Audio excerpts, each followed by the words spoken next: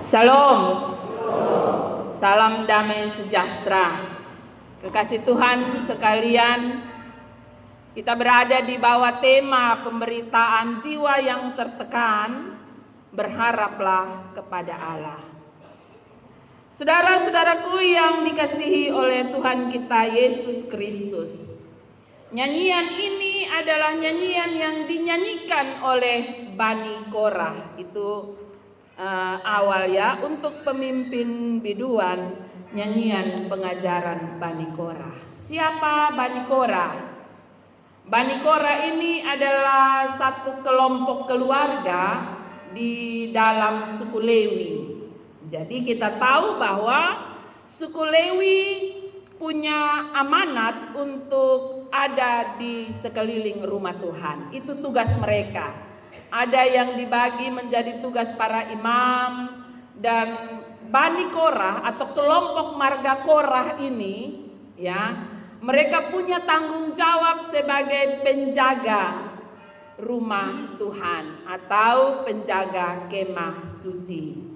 Sebagai penjaga, tanggung jawab mereka ialah menyanyikan nyanyian-nyanyian bagi Tuhan.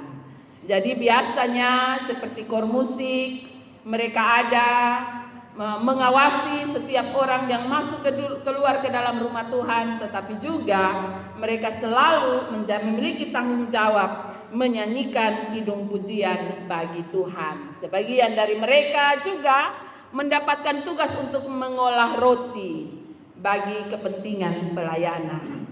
Saudara-saudaraku yang kekasih, nyanyian pada Mazmur 42 ini merupakan nyanyian ratapan, berisi kerinduan yang mendalam dalam jiwa terhadap Allah ketika hidup sedang ada dalam penderitaan dan penindasan. Jadi nyanyian ini mereka menggunakan metafora seperti rusa yang merindukan sungai yang berair. Ini mau memberi gambaran ada kehausan batiniah yang mendesak, merindukan hadirat Allah, ada pengharapan yang amat besar untuk berjumpa dengan Allah. Saudara-saudaraku yang kekasih, puji Tuhan, dari pagi hujan besar, kadang dia rintik, baru mau keluar dia besar lagi, hede kembali. Ya, ini merupakan sebuah tantangan bagi banyak orang untuk ada di hadirat Allah. Tetapi haleluya, puji Tuhan, ya, gedung kebaktian ini bisa penuh. Mengapa? Karena ada kerinduan untuk melangkah ke dalam rumah Tuhan, sama seperti nyanyian Bani Korah ini. Ada kerinduan untuk masuk dalam hadirat Allah. Ada kerinduan untuk menunaikan panggilan amanat yang Tuhan beri. Saudara-saudaraku yang kekasih, ayat ke-10 dalam bacaan ini memberi gambaran kepada saya dan saudara tentang alasan kenapa Bani Korah begitu memiliki kerinduan yang besar. Karena Allah adalah gunung batuku. Saudara-saudaraku yang kekasih, kita juga melihat dalam ayat yang ke-10 ada tercipta memberi gambaran tentang satu kondisi himpitan yang sedang dialami oleh pemazmur. Jadi rupa-rupanya penulis nyanyian Mazmur 42 ini ia berada dalam kondisi yang pertama, ia sedang susah. Ya, ia ada dalam pergumulan yang besar. Kemudian yang kedua, ia ada dalam posisi di mana jauh, ya, tempat tinggalnya ini jauh dari dalam rumah Tuhan. Karena itu ini menjadi dua hal yang membuat kerinduan di dalam dirinya begitu menyala-nyala. Ia tinggal jauh, dan karena itu mungkin mereka sedang ada di dalam pengasingan, ya, atau pembuangan. Sehingga ia begitu, ketika ia ada dalam soal yang besar, dia rindu sekali untuk ada dalam rumah Tuhan. Dia rindu sekali untuk ada di dalam suatu suasana hadirat Allah. Saudara-saudaraku yang kekasih, karena itu perasaannya ia tuangkan dalam beberapa kalimat. Dia bilang, jiwaku haus, jiwaku merindukan, jiwaku gundah gulana, jiwaku tertekan, gelisah dalam diriku. Saudara-saudaraku yang kekasih, adakah kita pernah merasakan kondisi ini? Ketika satu hari Minggu saja kita tidak gereja. Pernahkah kita memiliki kondisi seperti ini? Aduh, satu minggu ini beta puati soalnya tenang. Karena minggu kemarin beton gereja. Satu minggu ini beta puati gundah gulana. Beta gelisah, mau bikin apa-apa kayak aduh, soalnya berani melakukannya. Ya. Itu karena apa? Karena ada kerinduan yang tertahan untuk berjumpa dengan hadirat Allah. Dia belum merasakan kasih Tuhan. Dia ingin sekali ada di dalam hadirat Allah. Dan ketika dia tidak mampu melakukannya, dia bilang, jiwaku haus, jiwaku merindukan, jiwaku gundah gulana, jiwaku tertekan, gelisah dalam diriku. Ataukah perasaan kita biasa-biasa saja? Ya, saudara-saudaraku yang dikasih, tunggu sampai kita mengalami soal baru kita mulai jiwa merana-rana ya. Jiwa bergejolak, cari keliling hamba Tuhan. Saudara-saudaraku yang kekasih, kondisi ini ditambah dengan hinaan yang ia dengar ya. Pemazmur mendengar ejekan dari orang di sekelilingnya yang mengatakan kepadanya, di mana Allahmu? Ya. Catatan pemazmur sampai 2 kali ayat 4 dan ayat yang ke-11 ada ejekan yang diberikan oleh para lawan kepadanya. Di mana Allahmu? Lu susah begini, di mana lu pu Allah? Ketika lu ada persoalan, di mana lu pu Allah? Saudara-saudaraku yang kekasih, ini membuat jiwanya semakin tertekan. Saudara-saudaraku yang kekasih, pemazmur memakai gambaran rusa, ya, seperti rusa yang merindukan air. Dulu ketika kami masih tinggal di New Brian ya, kami sering mendapatkan daging rusa ketika musim kekeringan tiba. Ya. Karena rusa masuk kampung, ya. Ada rusa yang terjebak di kampung di sumber-sumber mata air. Dari ketika saya membaca ini, betul ya. Kalau seekor rusa itu dia ada dalam kondisi dehidrasi, sangat kehausan, maka dia tidak memikirkan nyawanya. Dia berani masuk kampung hanya untuk mencari sungai yang masih ada airnya. Ya. Saudara-saudaraku yang kekasih, mencari sumber air dengan gigih, itu kondisi rusa yang sedang rindu akan air. Ia berani untuk mempertaruhkan nyawa. Nah ini baru hujan Sani, ya. Apalagi kalau nyawa lah ya. Kalau hujan saja kita pakai jadi alasan, maka itu jadi soal yang besar. Itu berarti jiwa kita tidak sungguh-sungguh rindu akan hadirat Allah. Jiwa kita tidak gelisah, jiwa kita tidak gundah gulana. Ini kalau semua dekat jam 7 mah ini hujan, ini ke mana ini? Ya, saudara-saudaraku yang kekasih, dia memberi gambaran. Kerinduannya akan hadirat Allah itu seperti rusa yang merindukan air dari sungai yang mengalir. Dia berani mempertaruhkan apapun demi mendapatkan air sungai yang mengalir, demi hadir dalam hadirat Allah, demi merasakan kemurahan Allah.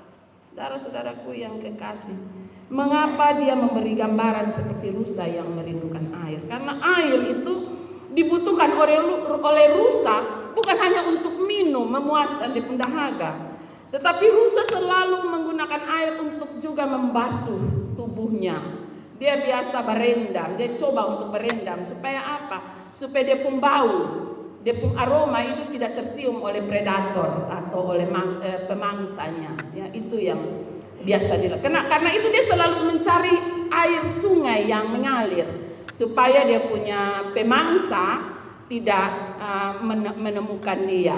Dia berusaha berjuang untuk bisa tetap hidup.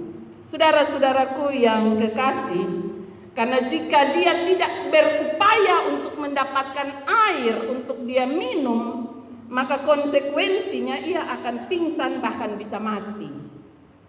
Karena itu kenapa pemazmur menggunakan metafora rusa yang merindukan air.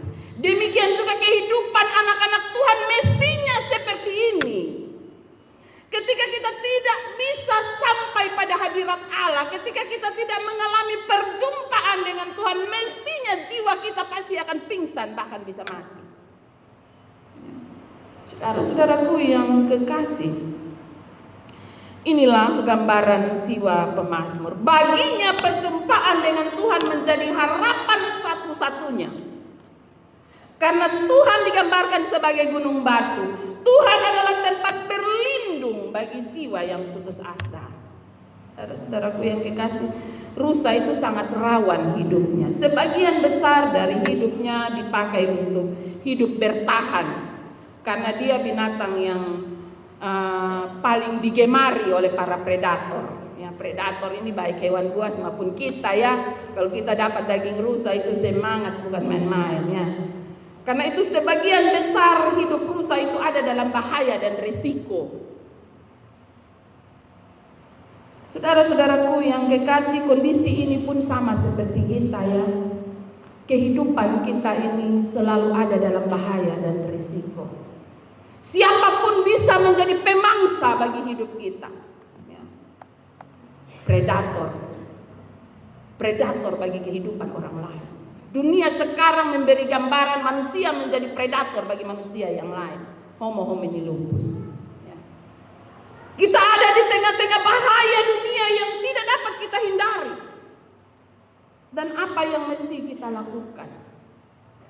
Carilah sumber air. Datanglah kepada Tuhan, datanglah, bawalah gejolak hatimu kepada Tuhan. Ayat yang ke-9 berbicara kepada kita.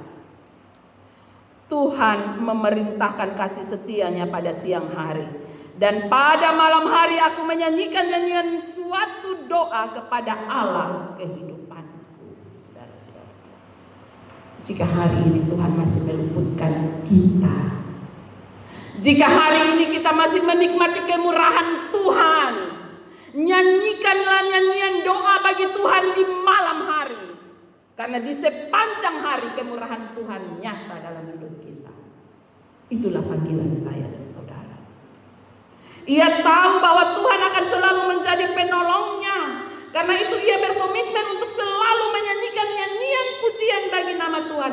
Untuk menyanyikan nyanyian doa. Untuk terus berharap kepada Allah. Untuk terus bersyukur kepada Allah di sepanjang hidupnya. Saudara-saudaraku yang kekasih, jika saat ini ada anak-anak Tuhan yang sedang tertekan jiwanya. Jika saat ini ada anak-anak Tuhan yang ada dalam masalah yang menekan jiwanya, ingatlah akan kasih setia Tuhan sama seperti ayat 9 dalam nyanyian Mazmur ini. Ingatlah bahwa hanya Tuhan penolong yang setia. Datanglah padanya, jangan tunggu lama dan tenggelam dalam masalahmu dan persoalanmu. Datanglah dengan nyanyian, datanglah dalam doa, datanglah dengan ucapan syukur. Teruslah berharap kepada Allah, karena ia adalah penolongmu. Ialah Allahmu, ialah Bapamu yang tahu memberikan kelegaan dan tahu memberikan yang terbaik bagimu. Kita coba membaca bersama-sama Matius pasal 7 ayat 11. Saya ingin kita bersama-sama membacanya secara keras. Matius pasal 7 ayatnya yang ke-11. Sudah kok? Mari kita membaca bersama-sama. Jadi, jika kamu yang jahat tahu memberi pemberian yang baik kepada anak-anakmu, apalagi Bapamu yang di sorga, ia akan memberikan yang baik kepada mereka yang meminta kepadanya. Amin. Kekasih Tuhan sekalian, teruslah jalani hidup ini. Jalanilah dengan sukacita. Jalani dengan ucapan syukur. Tetaplah berharap kepada Allah. Jangan lupa Allah adalah penolong. Allah ada di pihakmu. Allah penuh dengan kasih setia. Allah ada dalam susah. Allah ada dalam dukamu. Datanglah ke dalam hadirat Allah dan nikmatilah lawatan Allah. Teruslah setia dalam doa-doamu dengan ucapan syukur. Tuhan Yesus memberkati firman-Nya. Amin.